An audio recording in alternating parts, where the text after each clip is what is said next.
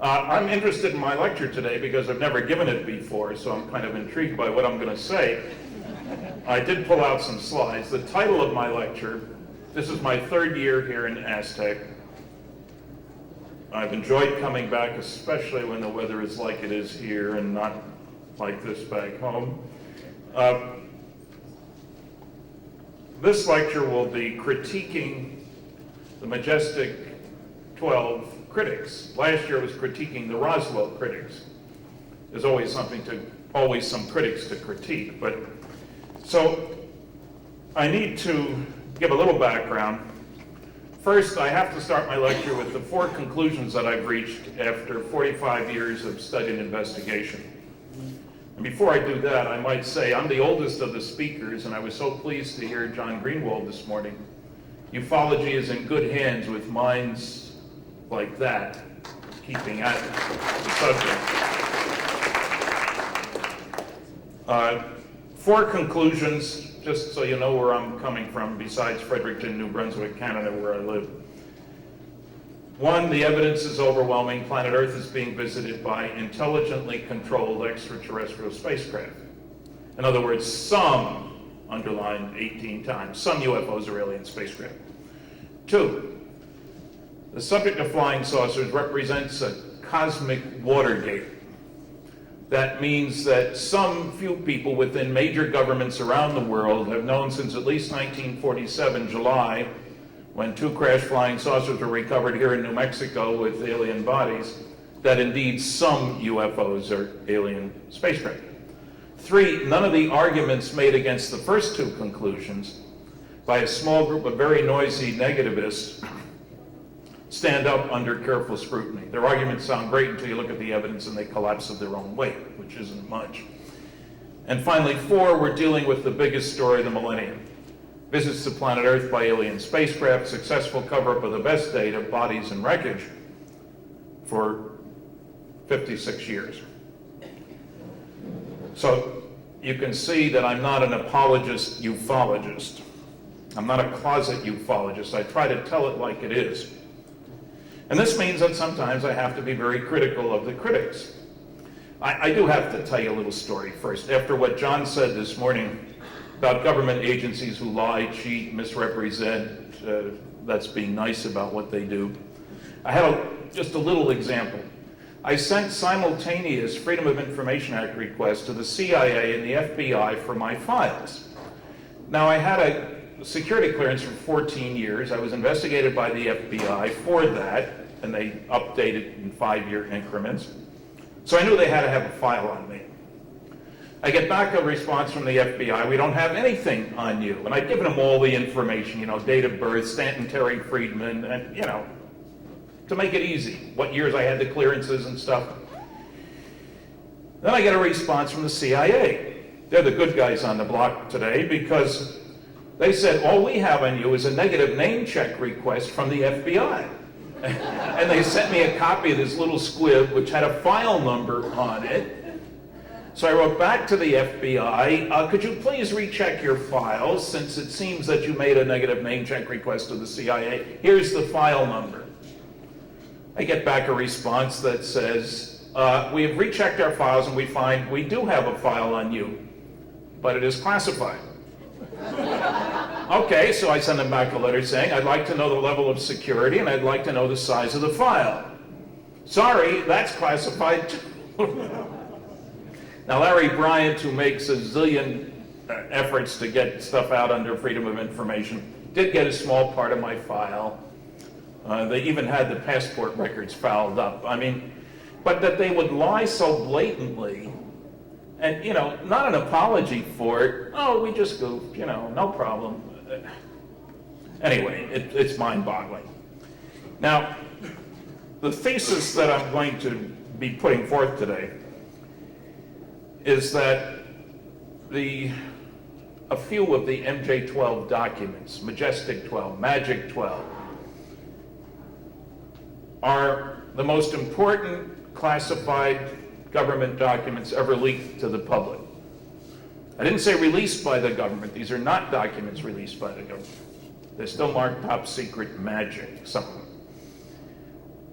them. To get there, you have to go around a long way. And you have to recognize that anti-ufology works in mysterious ways. It's lies to put forth. You heard some from John this morning, and we'll come across more as we go along. But I'll use the slides. The first slide, please. These are rules for UFO debunkers. If you wish to be a debunker, all you got to do is follow these rules and you're home free. 1, don't bother me with the facts. My mind's made up. 2, what the public doesn't know, I'm not going to tell them. If you can't attack the data, attack the people. It's easier. Do your research by proclamation because investigation is too much trouble. Then we have the little corollaries. Absence of evidence is evidence of absence because looking is too much trouble. All believers are liars. All non-believers only tell the truth. Believers are only involved for the money. Non-believers turn all their money over to charities. The proper way to do UFO document research is from one's armchair. Archival visits are too much trouble. Defame dead people, since one can't be sued for libel of a dead person. And of course, top secret code word, ultra, umbra, magic, you saw some this morning, material would be referenced in confidential, secret, or top secret documents. And only the Roswell newspapers had relevant material about Roswell. We'll get to that one pretty quick. Now, these are the basic rules. Let's look at the next slide. Now, I want to mention Roswell simply because the MJ-12 documents talk about Roswell. Now, fortunately, and without advanced planning, John showed you an article from the Roswell paper. And a noted historian in a book he wrote said the only evidence we have for Roswell is 3 articles in the Roswell papers. I guess he didn't look very far. This is the Chicago Daily News, not very close to Roswell. Front page, Army finds air saucer on ranch in New Mexico. This goes to high officers, Dateline Roswell, just a short article. There's a whole bunch of others in evening papers for July 8th from Chicago West, 1947 this is. The next slide, please. This one's my favorite. Army finds flying saucer. General believes it is radar weather gadget. I like this. Air Force says platter picked up on ranch. Now this is Dateline Roswell, but it goes all the way down to the bottom of the page. General orders flying disc to right field for test.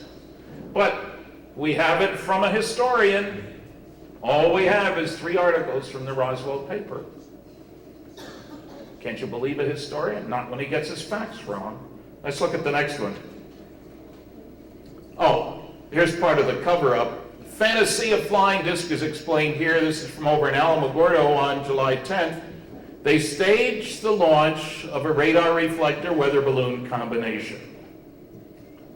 And they told everybody that's what it is. These 3 pictures all deal with that. Big article here. Cover up. Too strong a term? No, as you will see as we go on. All right, let's look at the next slide. Now, there's a reason for showing you. This is a picture taken of General Roger Ramey and his chief of staff, Thomas Jefferson Dubose, in Ramey's office in Fort Worth, Texas. And I call your attention to this. I first got this picture more than 20 years ago from the Fort Worth newspaper. He's holding a folded piece of paper in his hand. And it turns out that with modern software and bright young people, and some not so young, it looks like we're able to read this. This is some of the phony wreckage that was brought in to replace the real stuff. Let's look at the next slide. This is a blow-up of that. And I've got, if you're really into data manipulation, I've got some CD-ROMs with 10 different scans of this over there. But I think Dr. David Rudiak has read this, and it talks about victims of the wreck and things like that. I think it's a smoking gun, if you will. Let's look at the next one. Just to show you, these are real people. This is Tommy Dubose, 40-some years later. That was me a few years ago. And notice the beard seems to have changed color. Anyway, these are real people. I didn't find him in my armchair.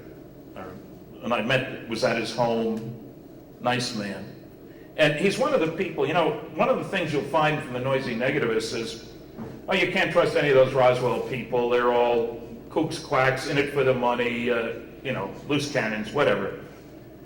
Tommy DuBose, not only West Point grad, 18,000 hours as a pilot, and he set up the Air Force's search and rescue programs.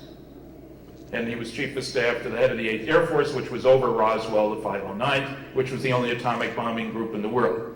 Obviously a nitwit. I mean, you can all tell that from his record. Let's look at the next one. Now, this all came about modern investigation. This is the first book. It was published in 1980. Bill Moore and I did 95% of the research. Charles Berlitz wrote the book. He got the contract with the publishers in 11 different countries. He spoke 30 languages. Now, if you listen to the Air Force, the story came to light because Jesse Marcel, the intelligence officer for the 509, told about it in the National Enquirer in 1978. Also in 1978, said the Air Force, Stanton Friedman, a UFO researcher, scientist they can't say, a couple degrees from the University of Chicago, they can't say that, working for GE, GM, Westinghouse, etc., they can't say any of those things. He met with Marcel that year, started looking for other witnesses. We've just tabloidized the story. Bunk. The article didn't appear until 1980. I gave Jesse Marcel's address to Bob Pratt, the writer for the Enquirer, because he was the liaison on their 5-member team blue ribbon panel to decide on good cases. I don't get my leads from the Enquirer. That's consistent with the whole approach to the problem by the Air Force. The guy who wrote the big Air Force report was a specialist in, of all things, disinformation. He figures that Richard Weaver, Colonel Richard Weaver. Nobody seems to know where he is. I'd like to find him and debate him, but anyway, this book came out in 1980, by which time Bill and I had talked to 62 people. By 1985, it was up to 92 people. And Bill was in contact with various and sundry people, Bill Moore, as he promoted the book. And he was approached by some insiders in Albuquerque, right here in New Mexico, who wanted to help, and we'd have to check everything they told us, but they weren't going public, et cetera, et cetera. So for a few years, Bill and another colleague of ours, Jamie Chandray, would meet with some of these insiders. And some of the stuff they told us probably wasn't true, but some of it probably was true.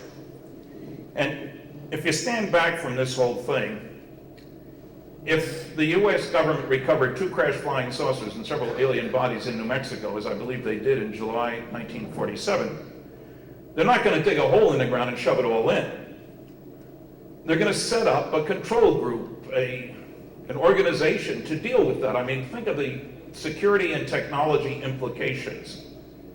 Alien visitors, are they going to slaughter us? Are they going to help us? Are they going to work with somebody else against us? How do they fly these things? What are they made out of? Where are they from? What can we learn about the history of our own planet or other planets? How do we keep the Russians from finding out what we know? Now, there was a direct analog for the kind of organization you want to set up if you've got wreckage, as we had, and that is the Manhattan Project to develop atomic bombs. Much of that work was done right here in New Mexico, Los Alamos, Sandia. Lots of talent here, some of the best labs in the world. So we expected that a group had been set up, but didn't have a clue. Who, where, when, why.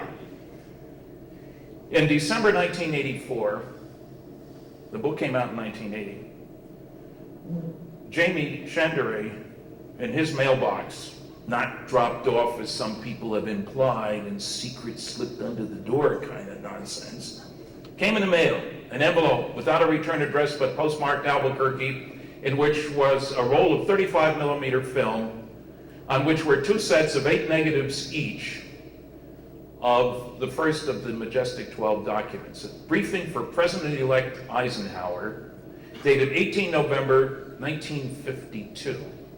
Eyes only. Remember, Ike got elected on November 4th, but he didn't become president until January 20th, 1953. President-elect Dwight D. Eisenhower. Eyes only. And according to this briefing, which had a list of attachments, and it only included one of the A through H attachments, just attachment A, the government recovered a wreckage of a flying saucer near Roswell, New Mexico. It's a preliminary briefing. There were bodies. A group called Majestic 12 or Magic 12 was established, accountable only to the President of the United States. It named the members of the group, and this was considered obviously of great importance. And, you know, wow, top secret, magic, eyes only. Is it legitimate? Not an easy question to answer. You got film, you can't test paper, can't date the thing. We could date the film. The film was less than 2 years old, so that's helpful, I suppose. 35 millimeter film. So that began a research project that continues to this day, for me anyway. Jamie's been out of it for a long time. Bill, 7, 8, 9 years, he hasn't gotten involved. That leaves it to me. It turns out that since that time, there have been several other drops of highly classified MJ-12 documents, supposedly. Just complicated things. Too much of a good thing, maybe. And so you have to be cautious. We didn't announce anything in the public until 1987 because we were researching this stuff. And that was December 84. Bill called me from California to my home in New Brunswick, reported on it, and he named the members of the group that were listed in here. And he saved the best for last, a Harvard astronomer called Donald Menzel, who had written 3 anti-UFO books, and whom none of us liked. I had a run with him when I invited him to my lecture at Harvard. He left, can't be a scientist and believe in flying saucers, and I left when he said it, so he wasn't very happy with me. He didn't go to my lecture, so I told the story at the lecture, which I'm sure he heard about. Anyway, that gave us pause. How could Menzel be a part of this group? Obviously, this is a joke. Some wise guy put this thing together and is waiting for us to say, hey, look at what we got, and then say, gotcha, I did it. So we were very cautious. But there was a lot of good stuff in it, too. So we started on a trail. I've now been to 19 different government archives. I love archives, and if I could get somebody to pay me for going there, maybe I'd spend all my life at them. But I've concluded the documents are real, the first batch. Several times in the next few months, Bill and Jamie got strange postcards that seemed to point toward going to Washington, D.C. Reese's Pieces, well, the big archivist in Washington was Ed Reese. There was something about Suitland, that's another archive. And I was in Washington in March of '85 at a conference on something else, found out that they were declassifying some Air Force headquarters files. Well, that was exciting, and I kept tabs on it, and by the end of June they had finished entry 267, Air Force headquarters files from 48 through 55. So Bill and Jamie went off to Washington. They found another document, a memo from Bobby Cutler, Robert Cutler, to General Nathan Twining, one of the members of MJ-12.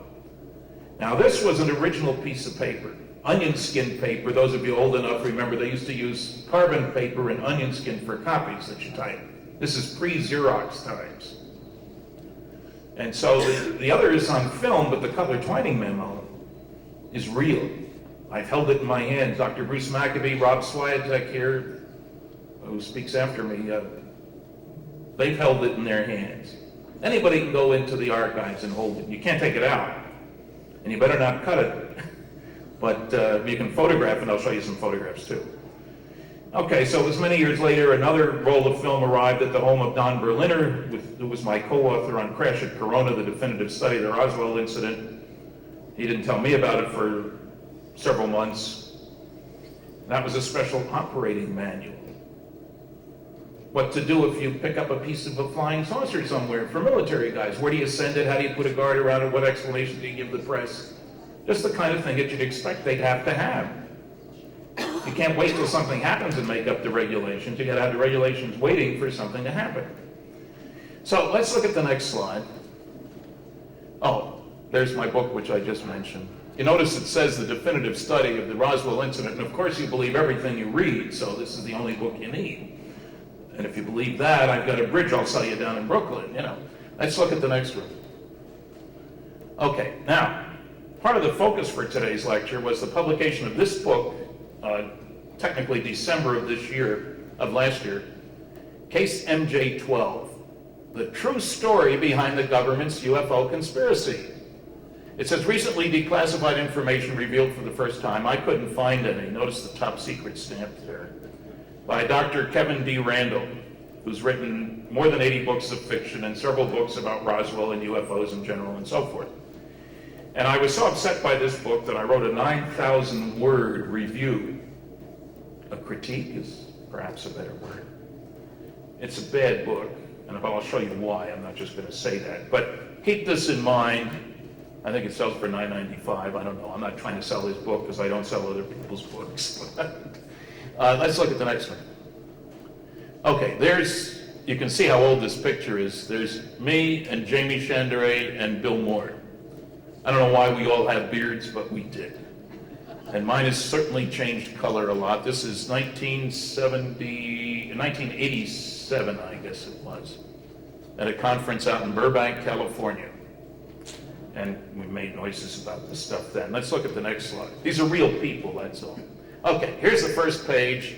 You can barely see the top, but top secret magic, eyes only, briefing document, Operation Majestic 12, prepared for President-elect Dwight D. Eisenhower, eyes only, 18 November, 1952. The comma is important to some people. Warning, this is a top secret, eyes only document containing compartmentalized information essential to the national security of the United States. Eyes only access to the material herein is strictly limited to those possessing Majestic 12 clearance level. Reproduction in any form or the taking of written or mechanically transcribed notes is strictly forbidden. That means if you have the document, you can't show it to anybody else. And it's copy 1 of 1, says someplace up there. Now, right there.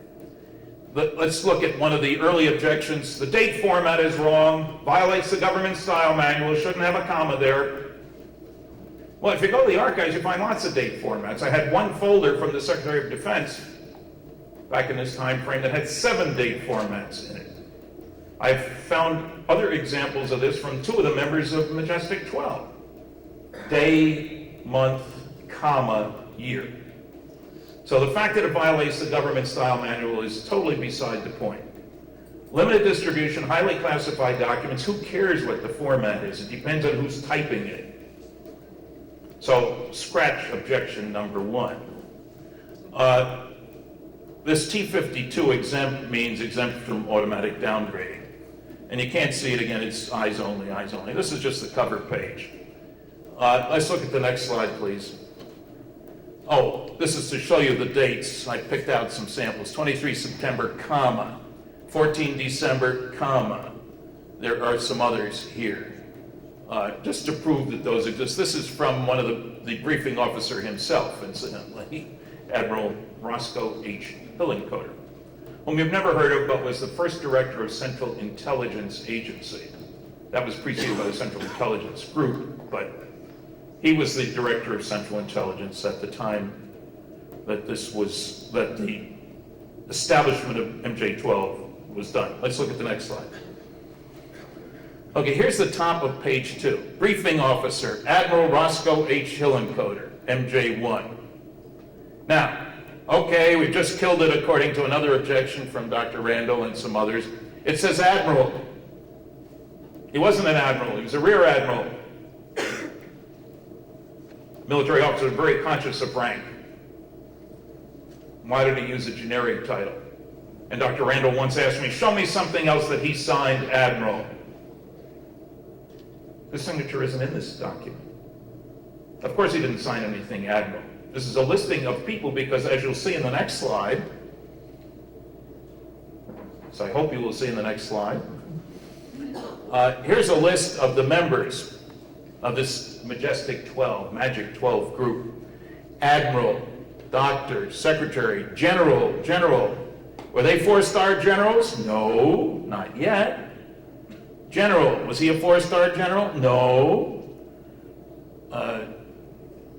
There are a couple other Navy guys on here, Admiral Sowers. I'm going to go over each of these people briefly, but there's an interesting twist here, which my nephew, who was not buying my explanation, pointed out to me. He wasn't happy about this generic officers. And I keep saying, hey, you got civilians and military. What's the rank of a civilian? You know, you can't say that a general ranks higher than a civilian, or does a 2-star general rank higher than a 2-star admiral? Well, that's a tricky question if you're talking to the Navy or the Army, because they don't have matching pay groups. But notice what it says here. This is a document supposedly written in 1952. Members, and they referred to operations of the project was carried out under the control of the Majestic 12, Magic 12 group, which was established by special classified executive order of President Truman on 24 September, 1947, upon recommendation by Dr. Vannevar Bush. He was head of the Office of Scientific Research and Development during World War II. Top scientist in the country, present at the first A-bomb test, etc. And First Secretary of Defense, James Forrestal. Now, you have a problem here. He's writing in 1952. Does he give the ranks as they were in 52? Or as they were in 1947, where they were originally designated? He chose to use a generic rank. So you wouldn't have to say formerly Brigadier General, now Major General. Formerly Vice Admiral, now Rear Admiral, etc. Also, Forrestal died. So it says members of the Majestic 12 group were designated as follows. That means back then. Hillenkoetter, just briefly, Director of Central Intelligence in 47. Bush, head of the Office of Scientific Research and Development. Forrestal had been the first Secretary of Defense. The asterisk means he died 1949. His place was filled by generic again, Walter Beadle Smith, who was the successor as head of the CIA to Hillenkoetter. General Nathan Twining, at the time head of the Air Materiel Command, went on to be Chief of Staff of the Air Force and then Chairman of the Joint Chiefs. Several rank progressions there. General Hoyt Vandenberg was half a step ahead of Twining. He was also the second director of Central Intelligence when it was the Central Intelligence Group. Dr. Lloyd Berkner was a close associate of Bush at the Carnegie Institution and other things. That leaves us with Dr. Menzel, whom I say was the sore thumb, so to speak. He was a Harvard professor of astronomy. All these other guys had very high-level security clearances. You don't need one to teach astronomy at Harvard. So that raised the question of Menzel very heavily. Okay, let's look at the next slide. Whoops. I don't know how that got in there, but... Oh, yes, I do. There's a lot of discussion about the Special Classified Executive Order. Well, somebody looked at a list of executive orders, and this one isn't there. The number that was given was 092447, which is, of course, the date, 9/24/47. But if you go to the published list of executive orders, you can't publish classified stuff there. And if it's a black budget program, as this obviously was, top secret code word, you certainly can't list it in a list of executive orders. There's been a lot of work showing there's over 100 highly classified executive orders that the public has never seen. People worry about secret government. But what I did find is a lot of State Department memos that use the date as part of the filing number. They got a whole bunch of these. You know, if you look at the date,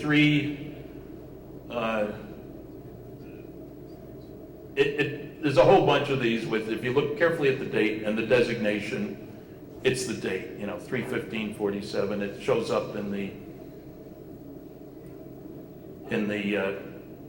listing over there. Let's look at the next slide. Oh yes, another objection, silly objection number 37.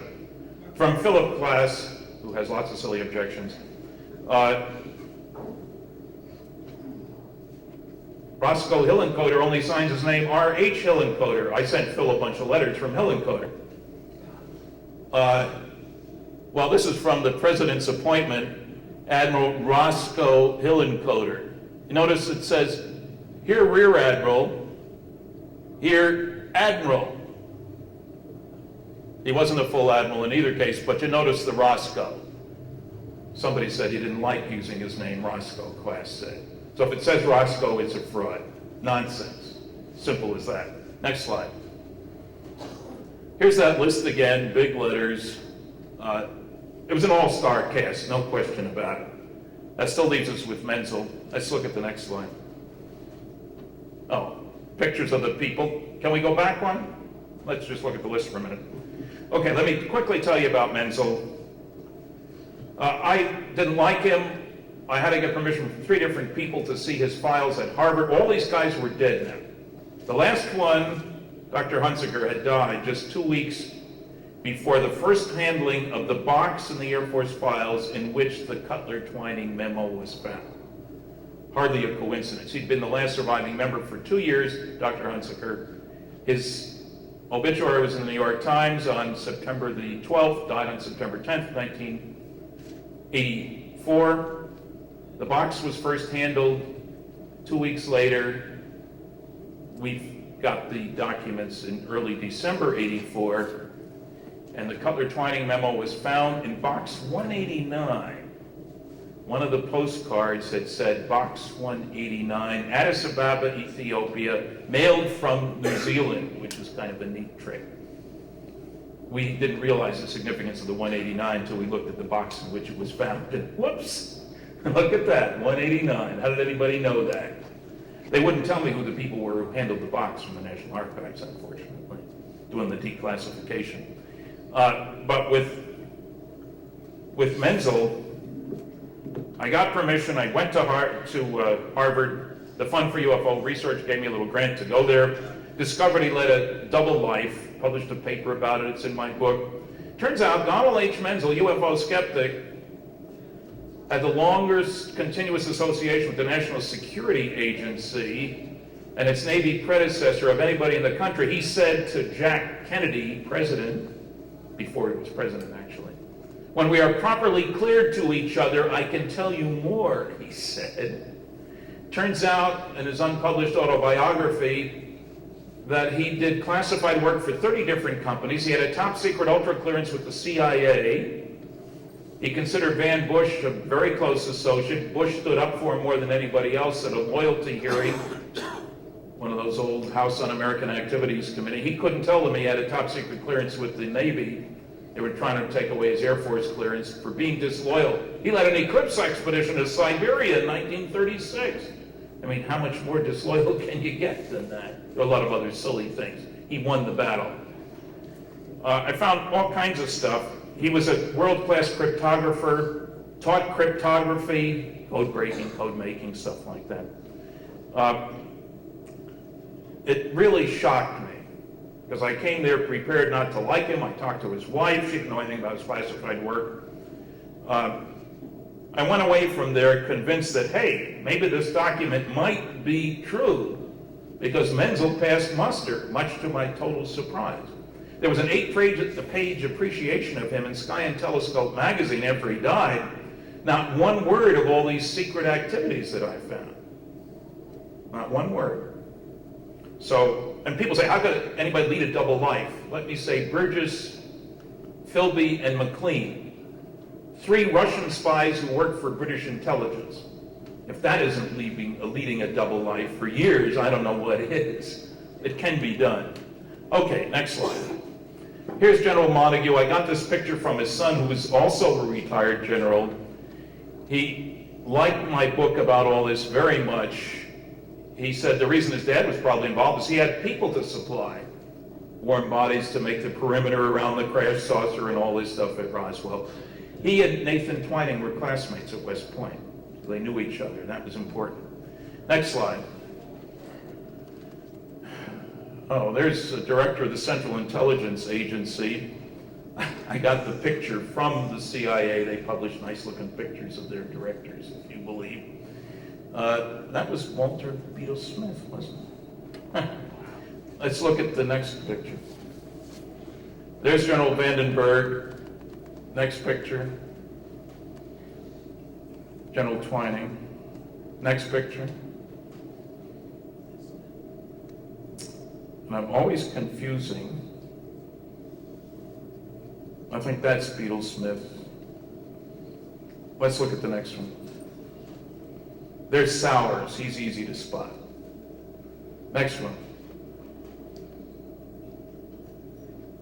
Gordon Gray. Detlef Bronk. Next one. Jerome Hunsaker from MIT. He was the firstborn and the last to die of these people. He was 98 when he died. There's Lloyd Berkner, scientist. He was one of the younger ones of the group. Next one.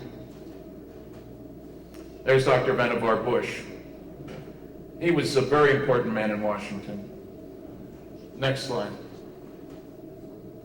And James Forrestal, Secretary of Defense, who died in '49, whether he pushed or fell from or jumped from the umpteenth floor of the National Health Institutes or Bethesda Hospital, nobody knows. Some of those records are still classified. He, I think, died of war fatigue. How he got so many thousands of ships built during World War II, I don't know. He was an achiever. Next slide. There's Dr. Menzel. And I developed a healthy respect for him after doing this work, despite my early dislike for the man. It may be his greatest accomplishment for his country was being part of MJ-12. Some people don't think there was an MJ-12, remember, but I think there was. Let's look at the next one. Okay, here's another page of the document. And I just want to point out, it says on 07 July 1947, it says that a saucer was recovered near Roswell. Nothing much was learned after Kenneth Arnold's famous sightings on June 24th that year. Saucer was recovered. Rancher found this stuff, and on 07 July 1947, a secret operation was begun to assure recovery of the wreckage of this object for scientific study. It just so happens, and I found this out years later, I got copies, was given access to General Twining's files, as they've slowly been declassifying a bunch of this stuff, and it turned out, I found out I got his flight log, and then I found his pilot. His daughter gave me his pilot's name and their flight logs, and that's the day that General Twining went to New Mexico. We didn't know that beforehand. One of those little details. How did anybody know that? There are a whole bunch more in this document. I've got a whole paper over there that goes into these things. But, you know, you always look for something that nobody knew on the outside before you got these documents. Because if somebody's going to fake the document, where are they going to get the information? And there are at least three other, that date when Walter Beetle Smith replaced James Forrestal, 01 August 1950. I checked with the White House, with the Truman Library. It was the only date in a several-month period when Smith met with Truman at the west entrance, purpose of meeting not disclosed. Now, how did anybody know that? They just pick it out of the air? As a matter of fact, well, you'll see that Truman, the attachment A we have, a memo from Truman to Forrestal authorizing Majestic 12. And that's dated September 24th, 1947, which is the only date in a several-month period when Truman and Vannevar Bush and Forrestal were together at the White House. And as a matter of fact, Bush and Forrestal met for half an hour together before that meeting. Had they told this to anybody else, the White House, the Truman Library checks through records. No, nobody else had asked them the question. How did somebody know that? Let's look at the next slide. Oh, that's just the same thing, so you can see it a little better here. 07 July 1947. Next slide, please. Oh, you'll notice these three hole punch marks here. Most of the reproduction books don't have them. This says that Menzel Oh, Dr. Braun coined the term extraterrestrial biological entity, EBE. We'll say aliens, but that's EBE.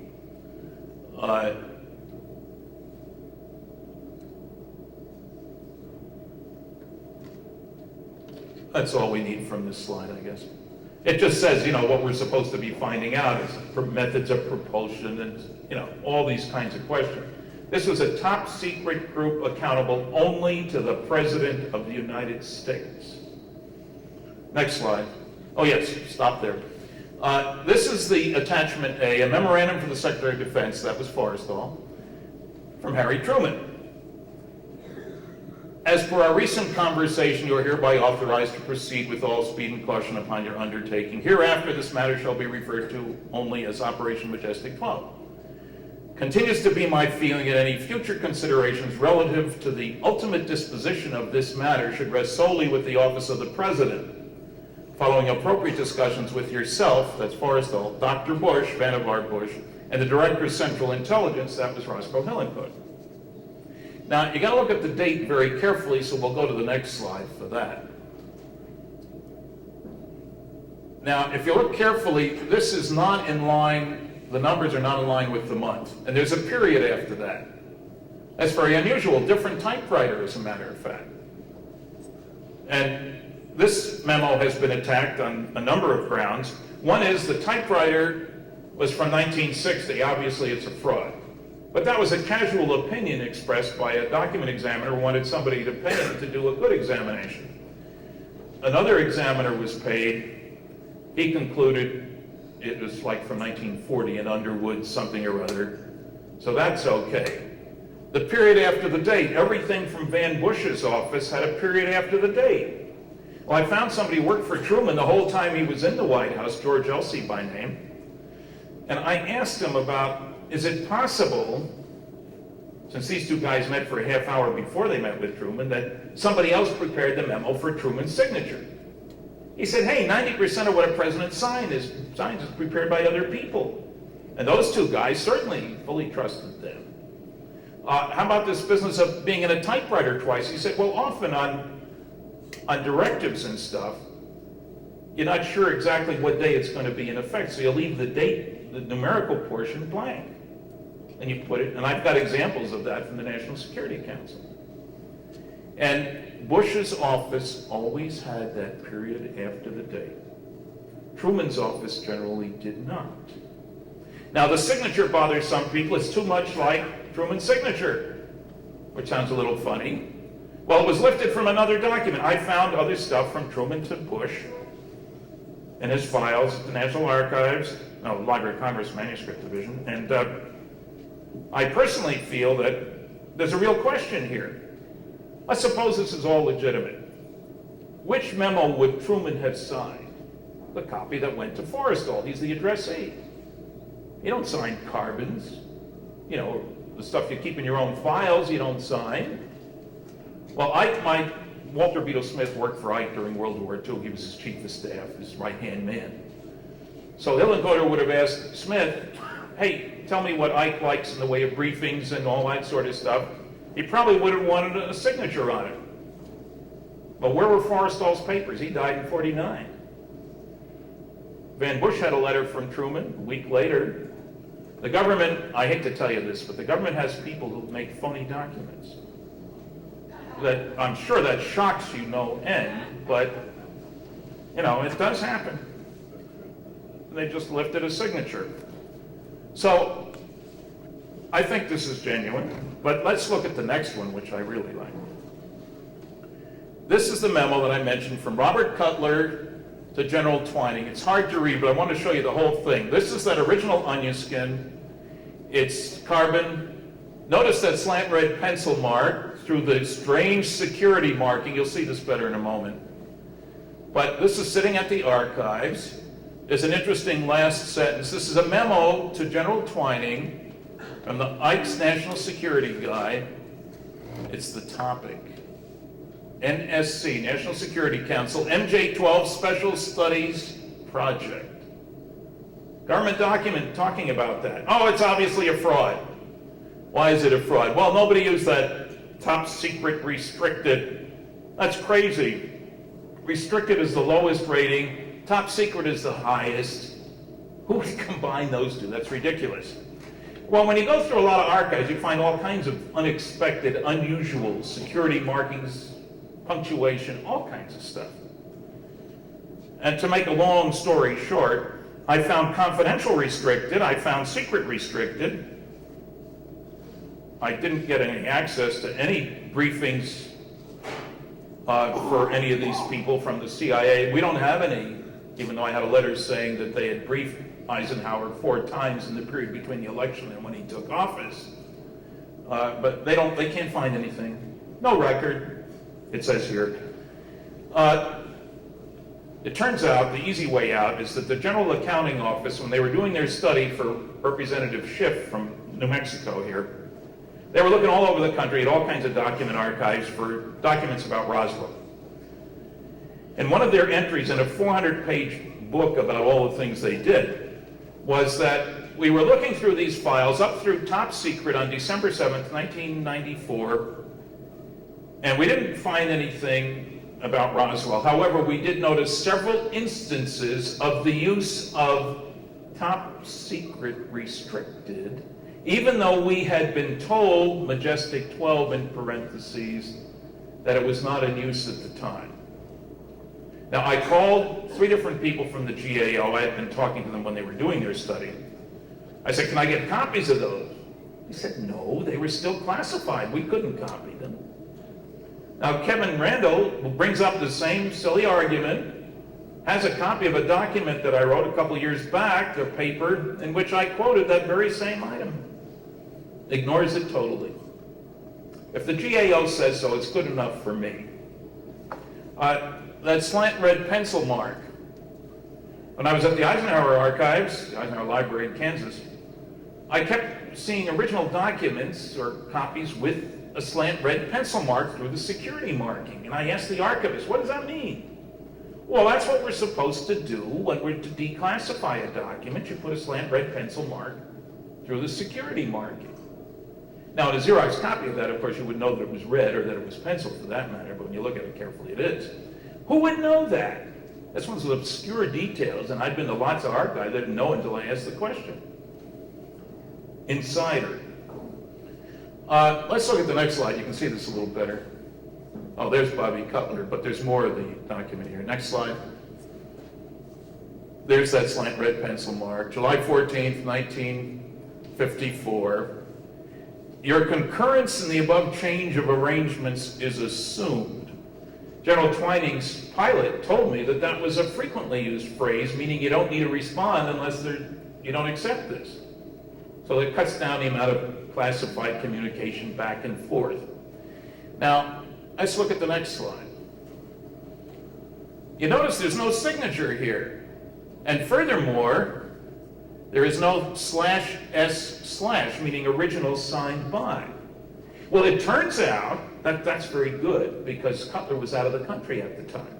We didn't find this out until long after we had the document. If it had been signed, in other words, it would have been fraud. But it wasn't signed. And I think the document was written by James Lay, who was Executive Secretary of the National Security Council, sat next to Cutler at their weekly meetings, and who talked to Ike earlier that day, met with Ike at 2:30 that day, and at 4:30 had a phone conversation with him. And I imagine Ike saying, you know, that meeting that we scheduled for during an already scheduled meeting is going to take place before, making these slight changes. Please notify General Twining. And I asked George Elsey, who worked for Truman, is that plausible? He says, of course, those two guys all got copies of all of the other guys' memos and stuff. And of course James Lay would have done that. He wouldn't have signed it, and, Robert Cutler, of course. So it didn't bother somebody who was there at the time at all about this stuff. Now, I think you can see on this, there is a watermark here. Bruce Maccabee and I were there taking pictures. You got to hold it up to the window. And on one of them, you can see the watermark, which gives you the name of the Fox Paper Company. And we went to Fox Paper Dictation onion skin it was, and that was only made between 53 and 73. The government bought loads of it. You couldn't buy it in the stationery store. So everything came out all right on that. And of course, the Eisenhower Library at one time had said, well, all his onion skin was done with an eagle watermark paper. When I was there, I pointed out several examples where it wasn't. Sometimes it had no watermark for that matter. So all of these objections gradually fall by the wayside when you start looking carefully at this. The next slide, please. Oh, you can see the watermark there. Dictation, onion skin, in some places it says Fox paper. Now, of course, if you only look at a Xerox copy of this sitting in your office, you would never know about the watermark because it doesn't show up in your Xerox, and not with their Xerox machines at that time. But we took photographs. I think Bruce made this slide, for which I am grateful. UFO research should be a cooperative business. Okay, let's look at the next slide. Okay, now one of the big objections to all of these documents so far is, hey, there's no top secret control number. Two nasty, noisy, negativist experts on government procedures stated every top secret document has to have a top secret control number. Well, that sounds good, but is it true? Well, no, I published this and another one I'll show you in a minute. In a 1990 report about Majestic 12, ain't no top secret control numbers. I talked to the archivists at the Marshall Archives and the Eisenhower Archives. And the guy at the Marshall Archives said, Stan, if they had to use a control number in every top secret document, we'd still be fighting World War II. And the guy at Eisenhower said essentially the same thing, and I just got him in writing recently to say we have lots of top secret documents without top secret control numbers. Think about it for a minute. If you're putting out a 20-page report and you've got 20 copies, then you need to keep track of it. The central office has to know where all those copies are. But if you got a one-page item, let's say, from General A to General B, why would you want to bother with all the paperwork? It goes in the classified bag from the White House, let's say, to the Pentagon, or the other way around. Who needs the paperwork? Maybe today's world they do, but they certainly didn't back then. Not a legitimate objection. Incidentally, you notice the top secret up there. There's no declassification stamp on this. And I had a group of Japanese media people with me at the Library of Congress Manuscript Division. They wanted to look at these documents. So the gal went out, and I told her what file folder in what box to get it. She brought it back and suddenly realized there was no declassification mark on it. And she's showing it to foreigners. And she rushes for the stamp that says top secret, declassified. Rushes over and hits it 3 or 4 times. She didn't know I'd already made copies 3 years before when I first got the thing. They do make mistakes, but the whole box was declassified. It's okay. Didn't break security.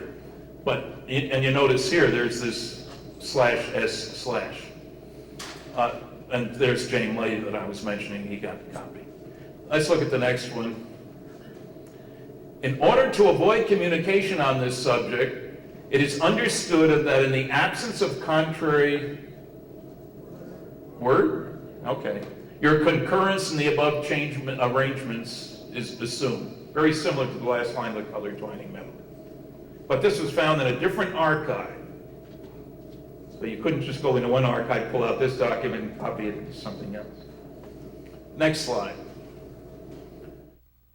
Dr. Robert Allen Goldberg, a professor of history at the University of Utah, he has a whole chapter on Roswell. Speaking of the MJ-12 papers, evidence of malfeasance was plentiful. Critics noted that the date format did not conform to governmental style. The papers carried no top secret registration number. Military titles were improperly noted, and signatures appeared to be grafted onto the document, none of which means anything. And then I love this one, anachronistic usages, like media and impacted, further betrayed the find. Well, if you go to the old Oxford Dictionary, you know, the big fat multi-volume set, it's funny you find media and impacted in use before 1947. But he couldn't be bothered. Now, this is the same professor who stated that the only evidence we have is in 3 articles from the Roswell newspapers. Now, here's the real disinformation. Here's Colonel Richard Weaver.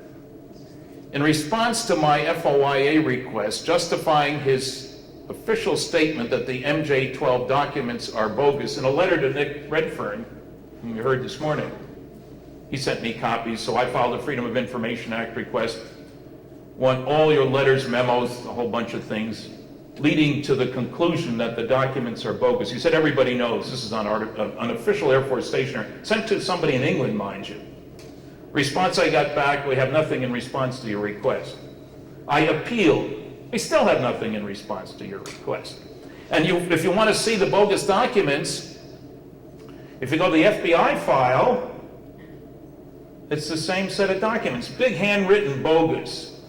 And if you put, download it and look at it compared to the ones that he sent Nick, it's the same thing.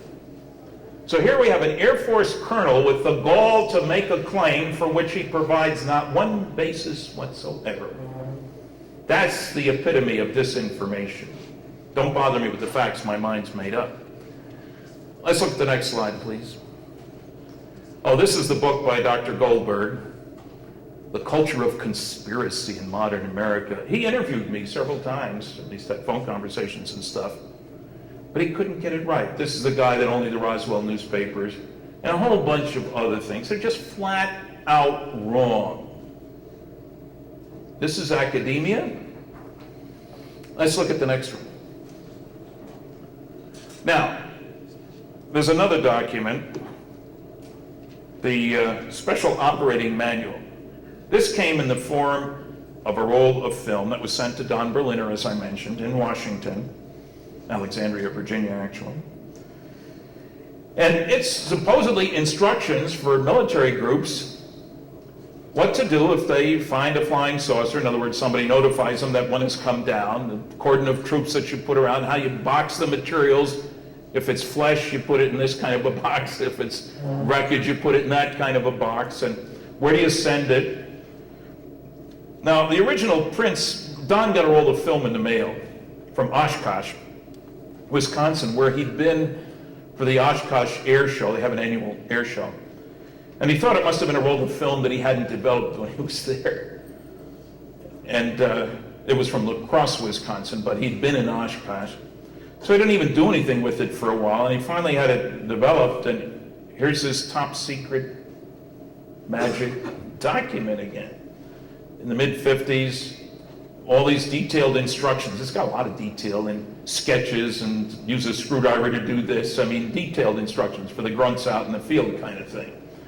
And it named the facilities where you send stuff, and everybody jumped on this. And I wasn't too impressed either, because the prints that I got, they were Xerox copies of crummy prints. And if you look at good, really good prints of the MJ-12 documents, you find that they're very sharp. Whoever did it did a good job of taking the picture. It's against the law to photograph classified documents and to distribute classified documents to people without clearances for them. It is not against the law to have such documents. It is in England, but not in the United States. But the guy who has it, he's the guy who's in trouble. So if you're going to risk everything, you better take good pictures. I mean, why bother if you don't?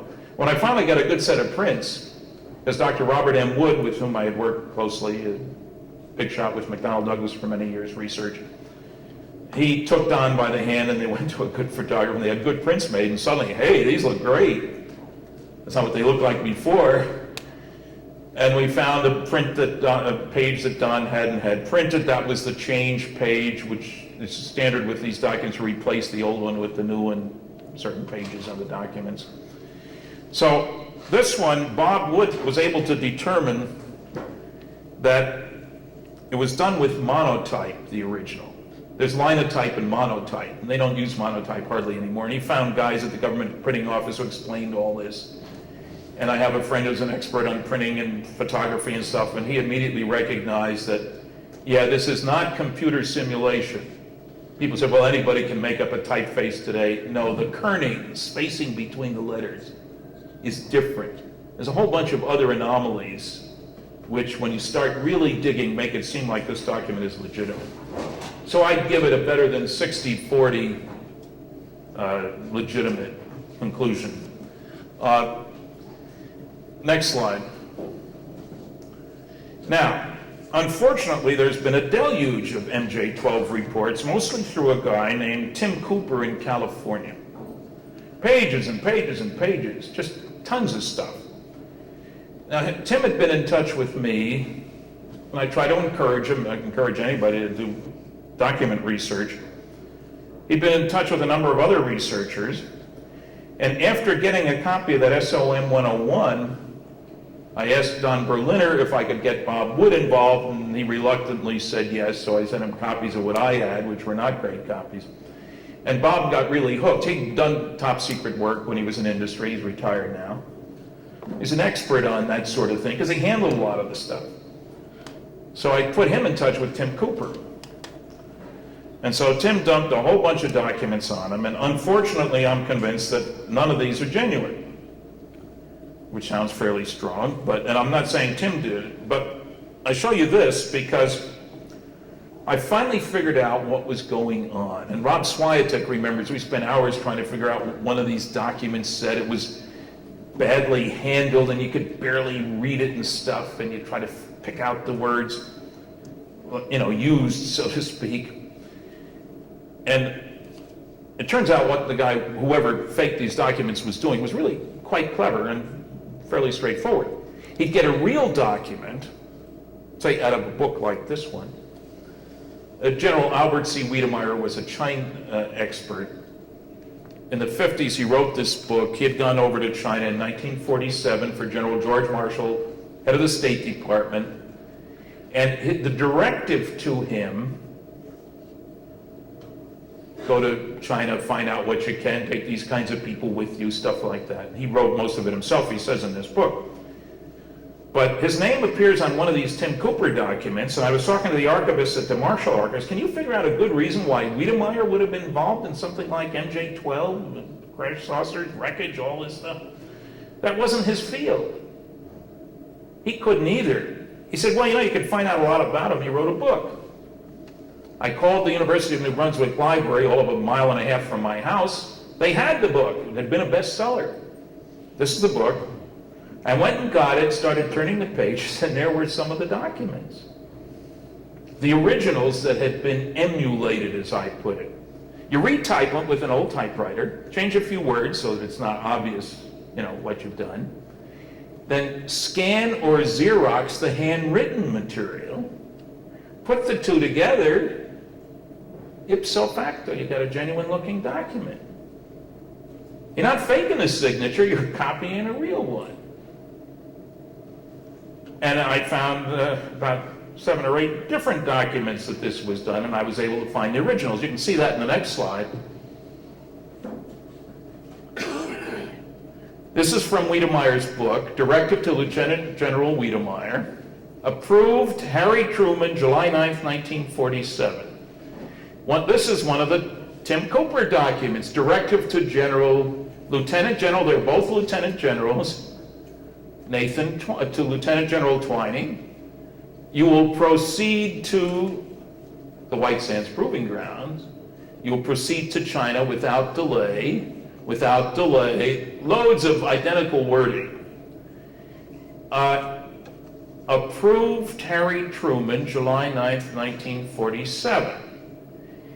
If you have a guy who's good at this, put one over the other, they fit precisely, all 3 handwritten items in their orientation on the page as well as each one individually. It's clearly an emulation, and there are mistakes in the emulation. To Wiedemeyer, he said, when you're finished in China, go to Korea. To Twining, he says, when you're finished in New Mexico, go to Sandia. But where is Sandia? In New Mexico. And he has some things that don't make any sense. And I'm not going to read all this. It's in my paper, and it's too hard to see from where you are, I know. But this is a typical example of an emulation. Same words, almost exactly. Now, the other thing, of course, is that Twining went to New Mexico on July 7th, which I can prove from both his pilot's log and the pilot's log. No question about that. And this is July 9th. I mean, you go on the trip first, and then the president approves it, and, it doesn't make a lot of sense. Let's look at the next one. Here's another one. This is from, it's from General Marshall to his secretary, executive secretary, C.H. Hummelstein. Marshall had a staff of secretaries. He did a lot of dictation, and he had 3 or 4 gals typing things for him. And this is from Marshall, written because he was at the United Nations, on the secret line, the secret telephone, to Hummelstein. That's Hummelstein's real signature, and this is in the book. And he's really saying that Wiedemeyer had come back. It doesn't make sense to have his work be made public. He's gone over, talked to all these Chinese officers, what should we do about China? That's not the kind of thing you want to tell the world about. And so I located Hummelstein. I had no idea who he was, but I found out who he was. And I talked to his wife, and I sent her a copy of this, of the one that was like this, the emulation. Because you see, this is the memo to the president from Twining, supposedly, or from Marshall about Twining. And the words are identical, let's say. And I worried about this. It mentioned some kind of a document that controls top secret information, and that was legitimate for that time frame. It had been replaced by other variants, so somebody knew something. And the signature I sent to Mrs. Hummelstein, yeah, that's his signature, all right.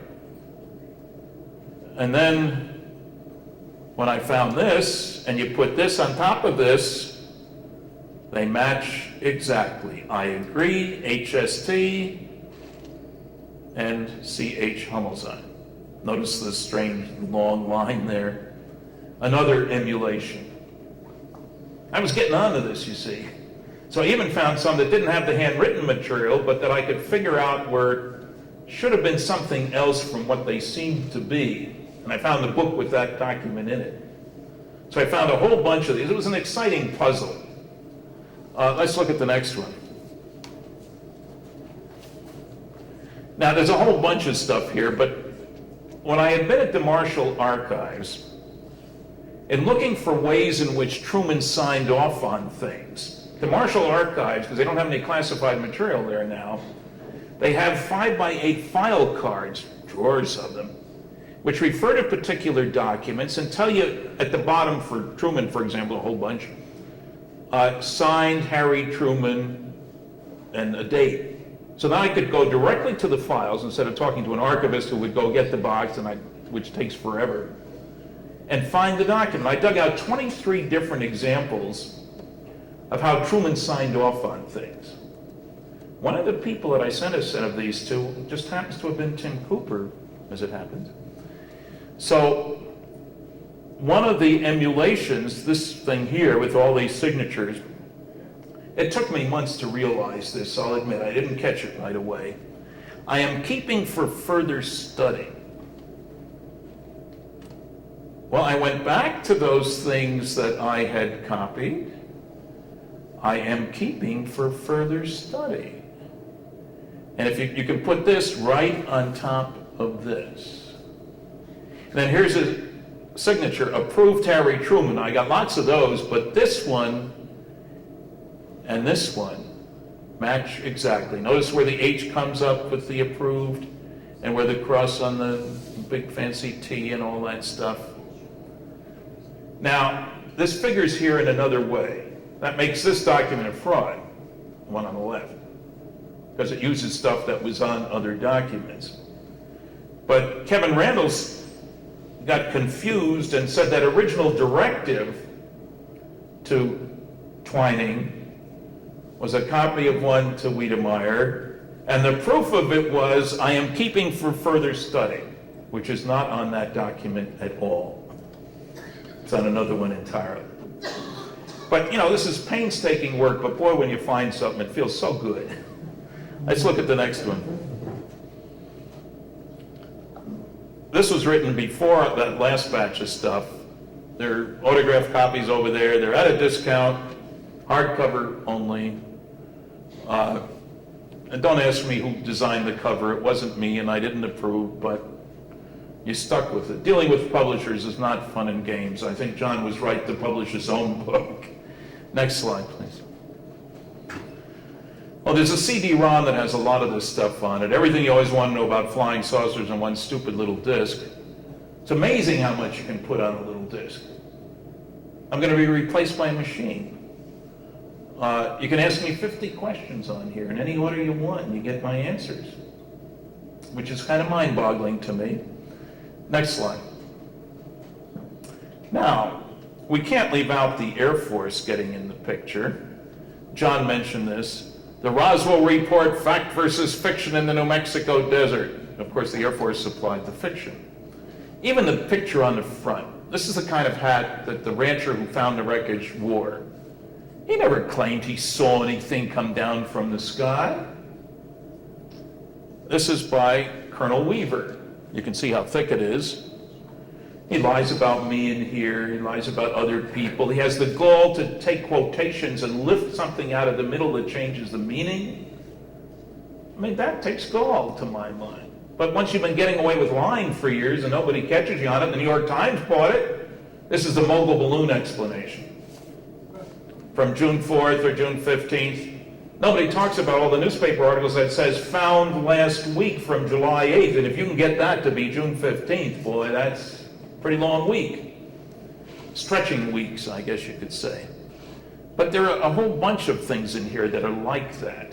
He quotes Colonel Cabot, who went out, he wasn't a colonel then, went out with Jesse Marcel to get the wreckage, who had always equivocated. And when he was out of the room, his wife told Bill Moore, he was not going to tell you anything. They told him not to say anything. Well, suddenly, Colonel Weaver interrogates Colonel Cabot. Oh, I remember. And at one point, he tried to tell Kevin Randall and Don Schmidt that he wasn't even there in Roswell at the time. Oh, I remember. It was just a weather balloon. Took up an area 20 feet square, easily fit in one vehicle. Where'd that come from? Even the newspaper in 1948 said, covered an area 250 yards in diameter. That's pretty good size, not 20 feet square. In addition, if that's all it covered, why would Jesse Marcel and Cabot have gone out to the ranch? The rancher would have put it in his little truck, brought it into town, and left.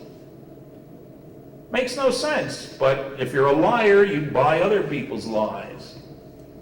Incidentally, some people think that Cabot was told that he could say anything to anybody. No, he was told that Colonel Weaver had clearances for everything. He could talk to Colonel Weaver. It doesn't mean he could talk to me or anybody else on the outside of the security system. So this is interesting reading, mogul balloon indeed. A mogul balloon consisted of like 20 to 25 standard weather balloons. You see all those movies on television, they show these big polyethylene balloons, you know, about 100 feet high. Beautiful things. None of them were used for mogul before this happened. It's Hollywood, you know, it looks better, very much more impressive. Last year I talked about that. Let's look at the next one. Oh, this is the next one. The Roswell report, case closed. This is the one that John talked about this morning. This is the wonderful crash test dummy explanation. Now, I met with the colonel who was in charge of that project. The crash test dummies were 6 feet tall and 175 pounds, and the test would have been meaningless if they weren't. The same size and weight as pilots.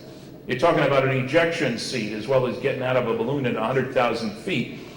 What happens when you hit the atmosphere as you go down is dependent on the weight and the size and all this kind of thing. And of course, there is a little time problem.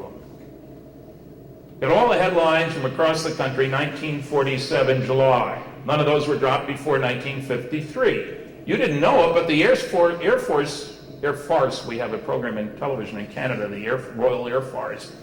It's a funny program. the United States Air Force invented time travel for crash test dummies, which is kind of neat. I wish they could do it for other things, of course. And I love the 1959 one. The guy at the hospital that John mentioned, that was Colonel Joseph Kittinger, one of our top pilots. A really good pilot, no question about that. Well, he went into the Roswell base. We talked about redheads, you see. I had twice independently heard about a black sergeant and a red-haired officer, very unusual combination. They don't mention the black sergeant. He says, I was the redhead. He was red-haired at the time. That was 1959. Time travel for 12 years for Colonel Kittinger. You call it a lie, or a big lie, or a medium-sized lie? You know, I don't know what you call it, but it's not true. This also says that Don Berliner and I did bad things when we met with two of the witnesses that support the Air Force position, which is totally untrue. They also show in this report, they have a map of where they dropped all the bodies, these crash test dummies. And if you look carefully, there are no drops near either of the two crash sites. It's as if somebody was saying, make sure you don't drop any of these where those saucers crashed. I mean, that's what it seemed like. Anyway, he uses that same drawing 3 times, as if it means something to support his position, but it doesn't. It contradicts his position. Next slide. Oh, I mentioned this final report. This has got Phil Klass's check on it if you want a copy of that. It's got a lot of the background material. The letter from James Lay to Robert Cutler while Cutler was overseas. We found instructions Cutler left for James Lay at the White House to keep tabs on things while I'm gone, keep things moving out of my in-basket. One of the words underlined. If you look very carefully at the Cutler-Twining memo, one of the words was underlined. And we have the letter, it took me 2 years to get it, from James Lay to Cutler while he was overseas, saying, we're taking care of things for you, hope you come home well rested. In other words, he was clearly handling things for Cutler. I didn't make up the idea that James Lay would have taken care of things. So a copy of that's in here. It's 106 pages. Next slide. Now, I get people telling me you can't keep secrets, you can't keep anything secret, you know, Watergate and all that nonsense. Well, let me introduce you to Jumbo. This is a 220-ton, huge cylinder. The walls are about a foot thick. Some bright guy had the idea, you know, if the first atomic bomb is a fizzle and it cost us $1 billion to make that plutonium, we're going to lose it all. Why don't we run the test inside this big cylinder? So they had it made for the project, and it was moved in secrecy from Ohio to here in New Mexico. You can see how big that thing is. And some cooler heads prevailed. They hung it nearby when they set off the first bomb, and parts of it are still around. But can't keep secrets? The director in Central Intelligence admitted in 1996 that his black budget for that year was $26.6 billion. Now that's just a bit more than 12 professors and 36 grad students. And we have said it's okay for him to keep that secret. People ask me if the presidents are briefed on this. I said, I'll tell you, with that big a black budget, the president could spend every waking hour looking at this stuff. Obviously, he can't. So does he know everything that's going on? Plausible deniability. No, I don't know anything about that. He gets asked questions. Presidents get pretty good at lying, too, but we won't talk about that. The country's supposed to pull together. Is the war over yet, incidentally? Let me wind this up by saying, this is kind of a fragmented presentation, but I'm convinced that the major MJ-12 documents, the Eisenhower briefing document, the Truman-Forrestal memo, the Cutler-Twining memo, are the most important government documents ever leaked to the public. They say that we're not alone in the universe. They say we're not the big shots in the universe. They say the government has known this since 1947, has had an operating group looking after things since that time. I find that very important, a real challenge. I hope John is able to dig out some more of the MJ-12 documents And if any of you know anything about MJ-12 or Roswell, I have a toll-free number. Please call me or call Collect in Fredericton, New Brunswick. There's a free list of books. It's got my number on it. Thank you very much for listening.